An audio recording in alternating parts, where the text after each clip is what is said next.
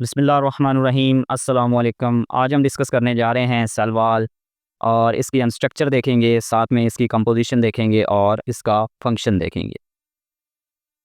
So first हम introduction देखते हैं कि सेल वॉल क्या चीज़ है। Cell wall is a more or less solid layer surrounding this cell, यानी कि एक सेल है और उस सेल को एक लेयर सराउंड करती है। उस लेयर को हम क्या कहते हैं? सेल वॉल कहते हैं। और ये जो सेल वॉल है ये बैक्टीरिया, फंजाई, प्लांट और एल्गी में पाई जाती है। एनिमल्स के अंदर ये नहीं पाई जाती और ना ही वायरसेस के अंदर पाई जाती है। सिर्फ इन 4 ग्रुप्स के अंदर ये पाई जाती है।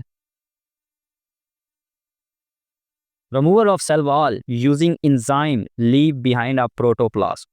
अगर हम फॉर एग्जांपल ये हमारे पास एक सेल है और इसके गिर्द ये है सेल वॉल। अगर हम इस सेल के अराउंड जो सेल वॉल है ये वाली, इसको रिमूव कर दें तो जो हमारे पास सेल का पार्ट रह जाएगा उसको हम कहते हैं प्रोटोप्लास्ट। ठीक है। Cell without cell wall is called protoplast, या हम इसको ऐसे कह सकते हैं cell after removal of cell wall is called protoplast. आगे अगर हम सेल वॉल की स्ट्रक्चर देखें तो सेल वॉल की स्ट्रक्चर में आपको 3 पार्ट्स के नज़र आएंगे। सबसे पहला पार्ट है मिडल लेमिना, जो कि सेल के बाहर होता है, यानी कि सेल वॉल की आउटर लेयर जो है उसको हम कहते हैं मिडल लेमिना। इसको मिडल लेमिना कहते हैं। इसके बाद जो मिडल लेमिना के अंदर वाली लेयर होती है सेल वॉल की, उसको हम कहते हैं प्राइमरी सेल वॉल, और ये सबसे ज़्यादा थिक सेल वॉल होती है, इसलिए इसको ट्रू सेल वॉल भी कहते हैं। यानी कि इसकी वजह से ये जो सेल की स्ट्रक्चर है वो मेंटेन रहती है। फिर उसके आगे उसके अंदर प्राइमरी सेल वॉल के अंदर आगे अगर हम देखेंगे तो आपको नज़र आएगी सेकेंडरी सेल वॉल। अब हम इन तीनों को वन बाय वन डिस्कस करेंगे। तो सबसे पहले हम देखेंगे primary cell wall. The actual cell wall of cell, cell की जो एक्चुअल सेल वॉल है उसको हम प्राइमरी सेल वॉल कहते हैं, क्योंकि ये इन 3 लेयर से सबसे ज़्यादा थिक लेयर होती है, कंपोज्ड ऑफ पॉलीसेकेराइड।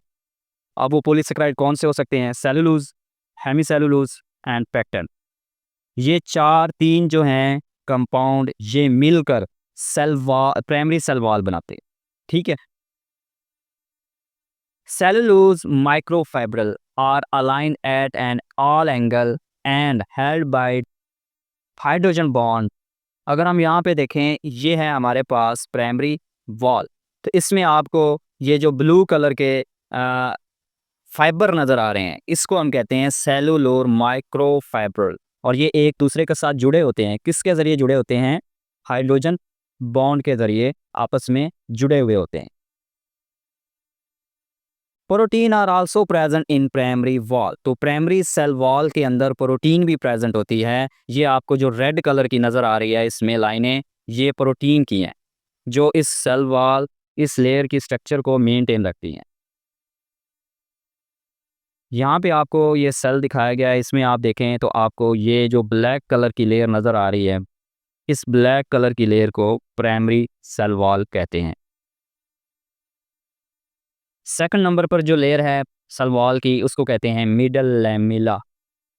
इसकी अगर हम नेचर देखें तो ये जेलेटिनियस होता है, यानी कि ये बहुत ही ज़्यादा विस्कस लिक्विड की तरह होता है, और ये एक सेल को दूसरे सेल से सेपरेट करता है। कैसे? अगर आप यहाँ पे देखें, ये एक सेल है, ये दूसरा सेल है, तो इसको, इन दोनों सेल्स को, एक ये सेल है और एक ये सेल है, इन दोनों को जो सेपरेट करने वाली एक लेयर आपको ये रेड कलर की नज़र आ रही है, इसको हम कहते हैं middle lamina. Laid first from cell plate during cytokinesis. तो जो सेल प्लेट बनती है जब साइटोकाइनेसिस होती है, यानी कि प्लांट के अंदर जब मियोसिस होती है या माइटोसिस होती है, तो उस वक्त सेल डिवाइड होता है। तो सेल डिवीजन के दौरान, क्योंकि इसमें जो स्पिंडल फाइबर या सेंट्रियोल जिसको आप कहते हैं वो प्लांट के अंदर नहीं होता, तो सेंट्रियोल का जो रोल है वो फिर सेल प्लेट रोल प्ले करती है। तो वो मिडल लेमिना की वजह से सेल जो है वो डिवाइड करता है। Contain magnesium and calcium pectate, तो इसकी अगर केमिकल कंपोजिशन देखें मिडल लैमिना की, तो ये इसके अंदर मैग्नीशियम और कैल्शियम पेक्टेट होता है जो इसकी स्ट्रक्चर को मेंटेन रखता है। अगर आप यहाँ पे देखें तो ये सेल की जो बैरूनी लेयर है, जो सेल के बिल्कुल बाहर होती है, जो दूसरे सेल के साथ टच हो रही होती है लेयर, उस लेयर को हम कहते हैं middle lamella.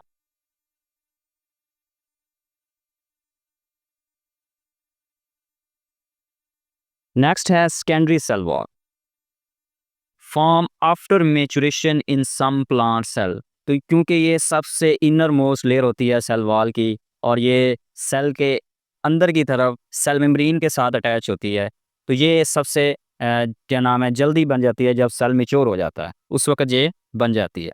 Located between protoplast and primary wall. तो अगर हम इसकी लोकेशन देखें तो लोकेशन आपको नज़र आएगी कि जो सेल मेम्ब्रेन है, फॉर एग्जांपल अगर ये सेल है और ये सेल वॉल की प्राइमरी वॉल है, तो इसके दरमियान जो लेयर होगी उसको हम कहते हैं सेकेंडरी सेल वॉल।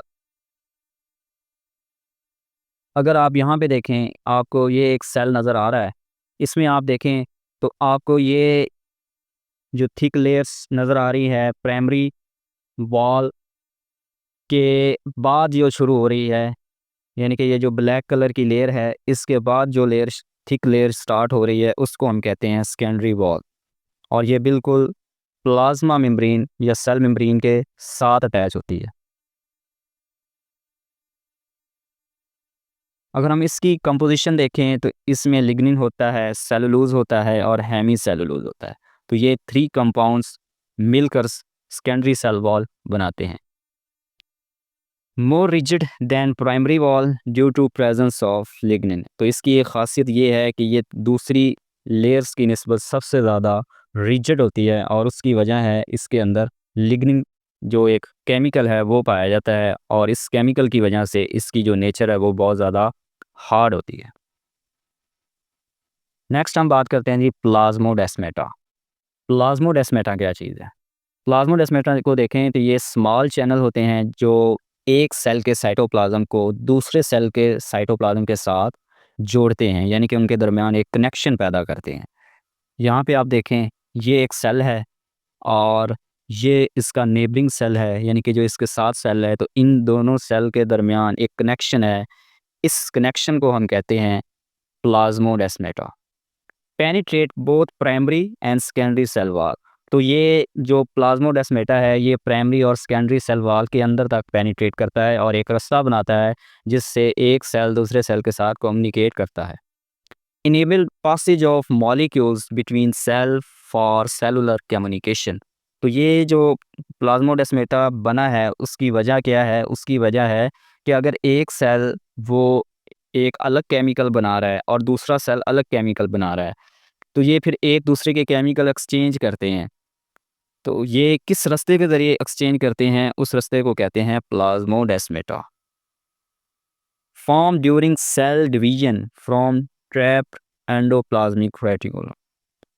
और ये बनता कब है प्लाज्मोडेस्मेटा? ये उस वक्त बनता है जब सेल डिवीजन हो रही होती है। जब सेल डिवीजन हो रही होती है, और ये किससे बनता है? ये बनता है एंडोप्लाज्मिक रेटिकुलम की वजह से। तो प्लाज्मोडेस्मेटा सेल डिवीजन के दौरान बनता है और एंडोप्लाज्मिक रेटिकुलम से बनता है।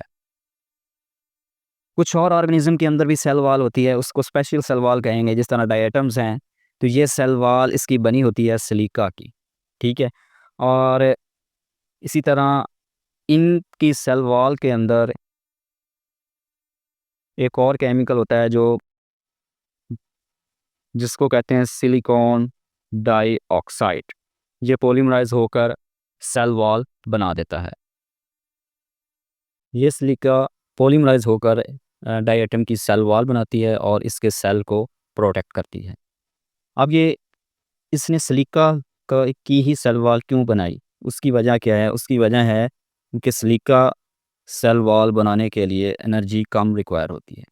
जब एनर्जी कम रिक्वायर होगी तो ये अपनी एनर्जी कम इस्तेमाल करेगा सेल वॉल बनाने में और बाकी की सारी एनर्जी अपनी ग्रोथ में लगा देगा। तो इसलिए डायटम्स जो हैं ये इसकी ग्रोथ रेट बहुत ज़्यादा होता है। वो इसी वजह से होता है कि ये अपने बॉडी के अंदर ऐसी स्ट्रक्चर बनाता है जिसमें एनर्जी उसको कम लगती है और बाकी सारी की सारी एनर्जी ये अपनी ग्रोथ में। नेक्स्ट, अब हम सेल वॉल का फंक्शन देखते हैं। सबसे पहला फंक्शन क्या है कि ये सेल को रिजिडिटी देती है, सेल को स्ट्रॉन्ग बनाती है और साथ ही साथ ये सेल को सपोर्ट करती है और साथ ही साथ ये सेल को सपोर्ट करती है। इसके साथ ये सेल की शेप को मेंटेन रखती है और सेल की ग्रोथ को रेगुलेट करती है। इसके साथ साथ ये एक्सेस वाटर जो है वो बॉडी के अंदर नहीं जाने देती। सेल के अंदर एक्सेस वाटर नहीं जाने देती। ये सेल को पैथोजन से बचाती है। ये सेल को पैथोजन से बचाती है। हाई टेम्परेचर और साथ साथ एनवायरमेंटल स्ट्रेस, हाई टेम्परेचर, कुछ एनिमल भी ये सेल को बचाती सेल है। वॉल कार्बोहाइड्रेट को स्टोर करती है। जिस तरह अगर हम प्लांट में देखें, कुछ ऑर्गेनिज्म के अंदर सेल वॉल कार्बोहाइड्रेट को स्टोर करती है। जिस तरह अगर हम प्लांट में देखें तो प्लांट के अंदर सेलुलोज होती है, तो ये कार्बोहाइड्रेट ये सेलुलोज प्लांट की सेल वॉल के अंदर स्टोर होता है। जिस तरह अगर एल्गी में देखें तो इसमें सेल वॉल सेलुलोज और ग्लाइकोप्रोटीन की बनी होती है। अब यहाँ पे हम देखेंगे कि डिफरेंट ऑर्गेनिज्म के अंदर सेल वॉल होती है और उनकी कंपोजिशन भी डिफरेंट होगी। जिस तरह अगर एल्गी में देखें तो इसमें सेल वॉल सेलुलोज और ग्लाइकोप्रोटीन की बनी होती है। और अगर हम फंजाई को देखें तो फंजाई के अंदर सेल वॉल काइटिन की बनी होती है। तो इसके पास इसी तरह अगर हम प्रोकैरियोट्स में देखें तो इसमें सेल वॉल पेप्टाइडोग्लाइकेन की बनी होती है के अंदर पेप्टाइडोग्लाइकेन नहीं होती। और अगर हम आर्कियो बैक्टीरिया के अंदर देखें जो ज़्यादा टेम्परेचर पर ग्रो करता है तो इसके पास का फंक्शन देखा कि ये सेल के लिए क्यों बहुत सारे पॉलीसेकेराइड होते हैं, प्रोटीन्स होती हैं इसकी सेल वॉल के अंदर, लेकिन इसकी सेल वॉल के अंदर पेप्टाइडोग्लाइकेन नहीं है। और अपने दोस्तों के साथ इस वीडियो को शेयर तो ये